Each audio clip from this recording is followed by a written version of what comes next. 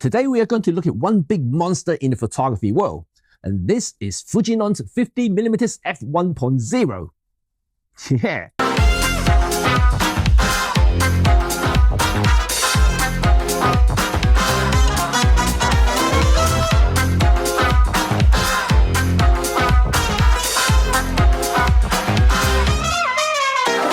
Hi, it's Jimmy Cheng here from RED35 and welcome back to my channel. Today we are going to look at this big monster here. This is Fujifilm's 50mm f1.0. As you can see, this is the size of a grapefruit. It's really big, really heavy, but it is also very, very good. Spoiler alert. But before I get into that, just let you know a little bit of a history of this lens, kind of like how it relates to me and why I want to test it out and review it. Okay, I've been looking around lenses for, as far as I can remember being a photographer, because like Rod and I discussed this in our live stream before, it's always lenses that drove us into getting into the system, because to us photographers, it's all about the look, about the presentations, about how it renders, about the character of the lenses, not just about the sheer sharpness and performances of the AF motors and things like that. No, to me, I'm more of a visual artist. So if something that can create something that I really always dreaming of, yeah, that will be the lens for me.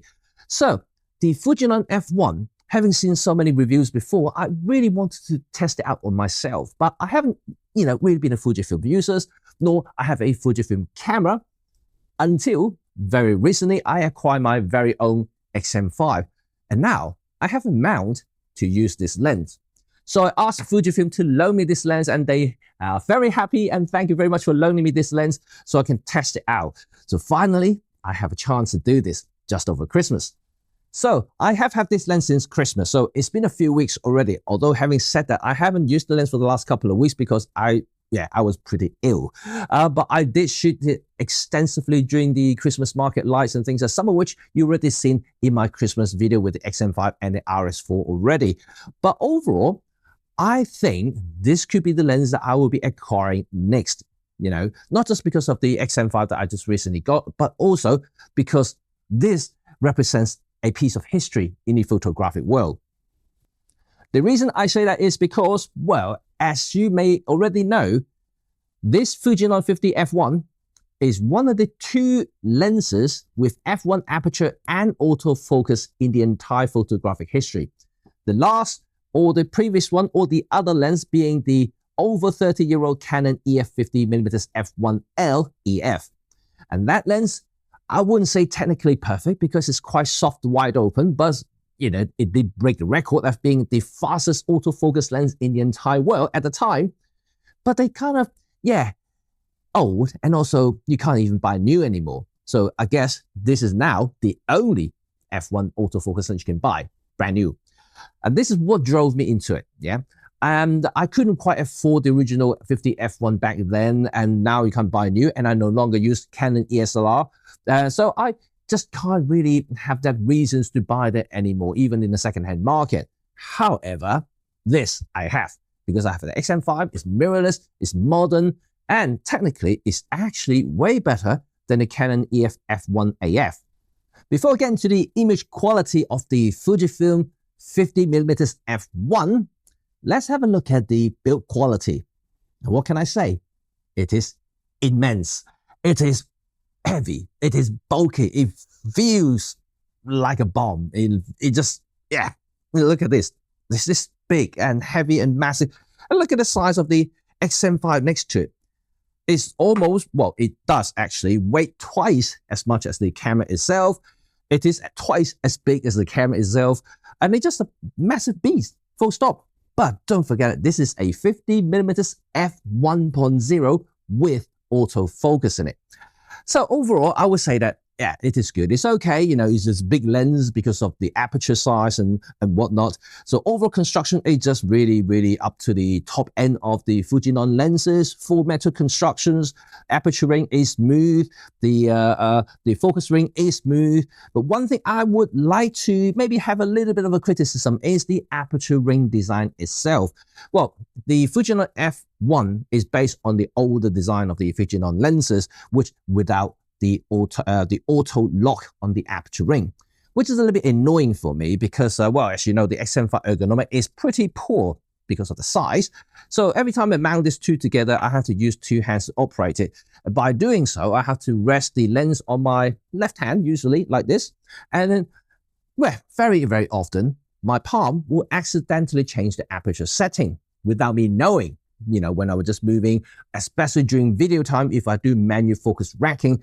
And when I turn it, my palm seems to move a little bit and I would just, ever so slightly change the aperture.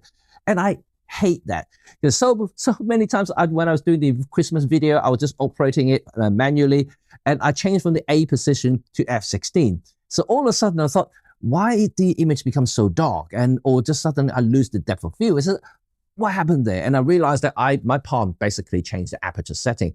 So without a lock, it is a very dangerous thing to do. So, you know, this is kind of one of my downside. You know, perhaps it's just because I'm using XM5, use a bigger body, like XT5, XT4, that may not be a problem for you. However, for any smaller bodies, if you're operating with two hands, very likely going to encounter the same problem as me. But apart from that, it is as good as you can get. And don't forget that this is also a fully weather seal pro lens as well. So now it comes to the ergonomic and also the handling of the lens. Well, I can only say it's based on my XM5, which is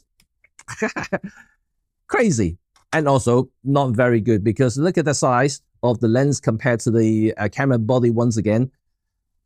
It just doesn't work, right? You know, it doesn't work, but it works as a camera. It's still a lens, it's still a sensor, it's still a lens. You know, I can hold it. I mean, it's lucky that I now have the small rig half leather case, which has a grip. So now I can actually hold the camera properly. Before I have this case, it was quite a struggle. I have to like really constantly holding it like this, like I mentioned earlier, especially M1 filming, and I just always change aperture setting. But now I can comfortably hold the lens like this, hold the camera combo like this without having too much problem. So this is okay, but overall still, because of the weight of the lens, is 1 kilo, by the way, you know, it just always going to be front heavy. So if I mount it on my neck with a neck strap, this thing is always going to be pointing downward like this because the lens is so heavy. But this is not a lens I'm going to use it constantly. This is a very niche portrait lens. Being a 50mm on the crop sensor means it's around about 75mm or 80 or so. So this is not something that you are going to constantly mount on the camera anyway, unless you are shooting portrait all day long. Otherwise, you know, this is a lens you're going to be changing over, you know, several times a day. So it's not going to be a constant struggle if you have it, even if you have a smaller body, for instance. So this is okay, but just bear in mind that this lens is very, very heavy. Now comes to the cream of today's video. Let's have a look at the image quality of this big monster here. Well, I don't want to tell you about it, I just want to show you.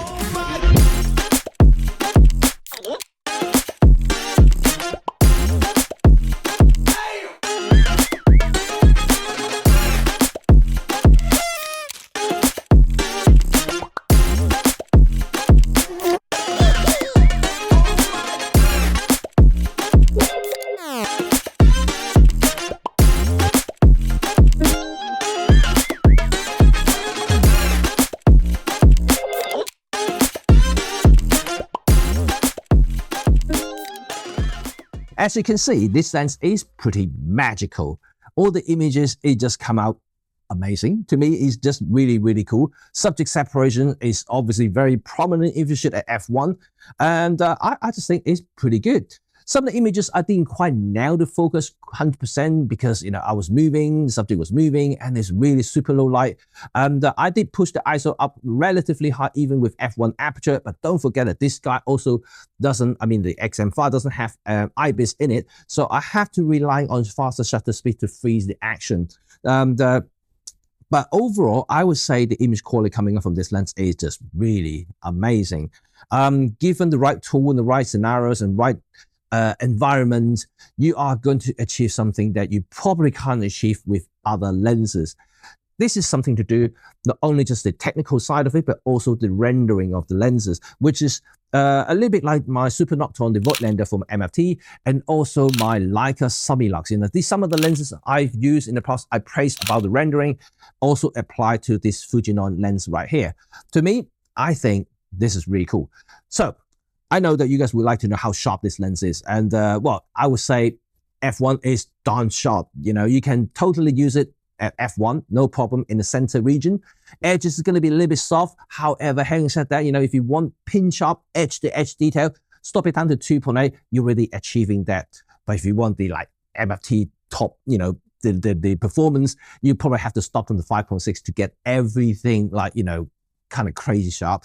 But overall, you know, like regardless, I think you're going to be very happy with any sort of aperture setting apart from the f16, which is going to have some diffractions going. So overall, sharpness, not a problem. But rendering, like I mentioned already, is the key part here.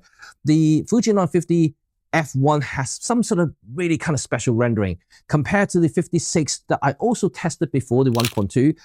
This really is something else. You know, that lens is cool, but this lens is awesome. Comparatively, this lens gives you the bokeh board. It just can't describe how interesting it looks. I mean, I wouldn't call it buttery smooth, but it just have that kind of really attractive patterns and presented to me. And I just like that sort of look. It's different. And different is what I'm looking for in a lens. You know, otherwise you're going to be shooting something, oh yes, it has creamy bokeh, but a lot of the 85 1.8 full frame lenses, even 1.4 lenses would have that anyway. So you know, those are kind of like a normal lens to me now. You know, if you want something really different, you have to look hard into how the lens draws the picture. And the Fuji f1 gives you that. So does this lens have any downside optically? Well, it does have a little bit. There is some loci going. There is a little bit of softness going. Vignette, of course, is going to be there when you shoot at f1. So there is a little bit of a general negativities to this lens. However, this is a very common practice or common thing happening to a lot of these ultra-fast autofocus lenses. When I say autofocus, even manual lenses have that as well. So it's just part of the equation is there. But having said that, one of the main things I'm talking about is distortion. This lens doesn't really have much distortion, which is fantastic. Other things I could easily correct in post these days. It's not the end of the world. Loci, perhaps, yeah, a little bit difficult to correct. However, it's not really something that I'm too concerned with this type of lenses because, you know, being a 50 f1 and medium tele range of focal length, you're most likely to shoot portraits, you know, more on the direct side anyway. So you're not going to experience a lot of loci in that scenario, only when you shoot in slightly off angle. So this is actually totally fine with me. I'm just being picky when I say about loci and maybe some pebble fringing, but you know, this is something that I don't see is a problem when you use this lens based on what it's targeting for anyway. So overall, I think it's acceptable. And finally, autofocus and video capability of the lens. First of all, autofocus. Well, I would say that this lens is, yeah, not very fast. It's not a lens designed for sports. It's a lens designed for single autofocus only. I did put it on the XM5 and also used continuous focus in stills and video mode. Both perform poorly. It's just not as fast as you know, my 33mm or any other Fuji non-autofocus lens I've used before. As simple as that. This is quite slow by comparison. But having said that, I've used a lot of these ultra-fast portrait lenses in the past, including the legendary Canon 85mm f1.2L Mark II. Back in the DSLR era, that lens was super slow as well, and actually slower than this.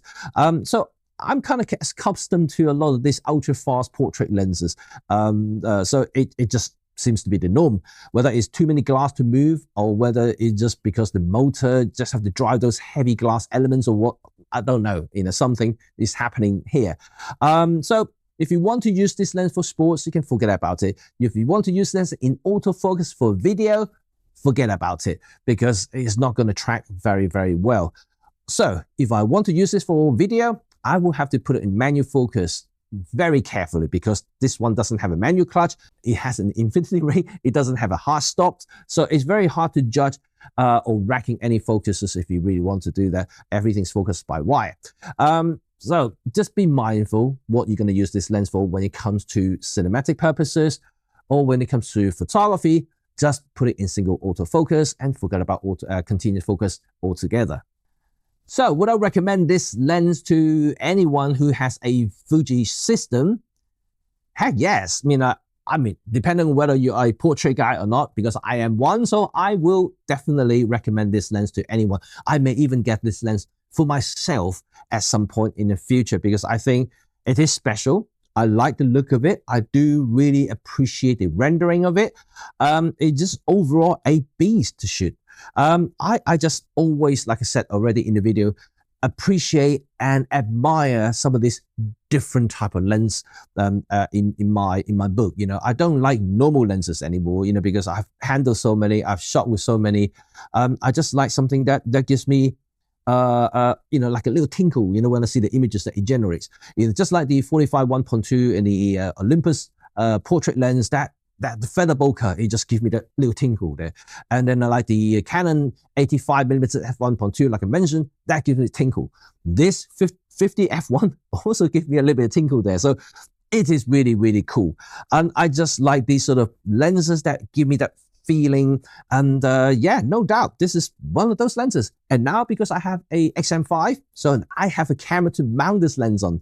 So yeah, very likely I'm going to acquire one of these lenses, and yeah, not just as a collection, but occasionally I will take it out and have a spin with it. It's cool, you know. It's not just about collecting it, but also using it for some special portrait assignment. So there you go. Let me know your thoughts about this magical 50mm f1, the fastest autofocus lens in the entire photographic world, right in 2025. Let me know in the comment section below whether you like this sort of lenses or not, whether you agree with me about this little tinkle thing, you know, that I mentioned, whether you feel the same way about certain special lenses. And if you do know any lenses that give you that tinkle moment, leave some comments down below and let me know the lenses that give you that feeling, because I would like to learn about them as well. Anyway, thank you very much for watching, and if you want to stay in touch, remember to give me a thumb and also subscribe to see other contents I may be generating in the future. Thank you very much for watching. See you all very soon. Peace out.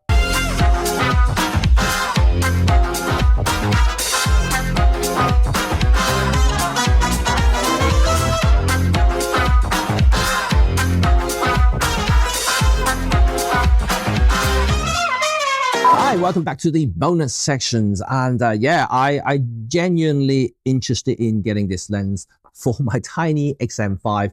I know it doesn't really fit that well, but you know, a lens is a lens. I mean, now I have a camera to mount it on, so that's the main thing, right? Yeah, the images it generates is just simply quite interesting to me. Like I said, some of the lenses I own in the past and also regret selling now, some of them, like the 85 1.2 I mentioned from Canon. I should have kept that lens, even though I may not have a body to mount it on now. It's just a phenomenal lens. It's really, really cool. And now I've acquired, of course, recently the Voigtlander Super Nocton, the 29mm f0.8 for the MFT.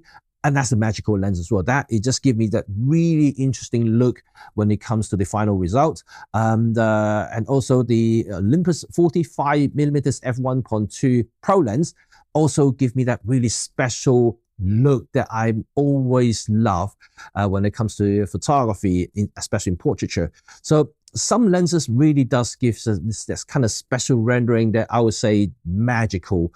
And now having tried the 51, it just, yeah, again, another one I found in the entire photographic world now gives me that sort of feeling. Yeah, just trying to stop me from spending more money. Please give me a reason not to get this lens.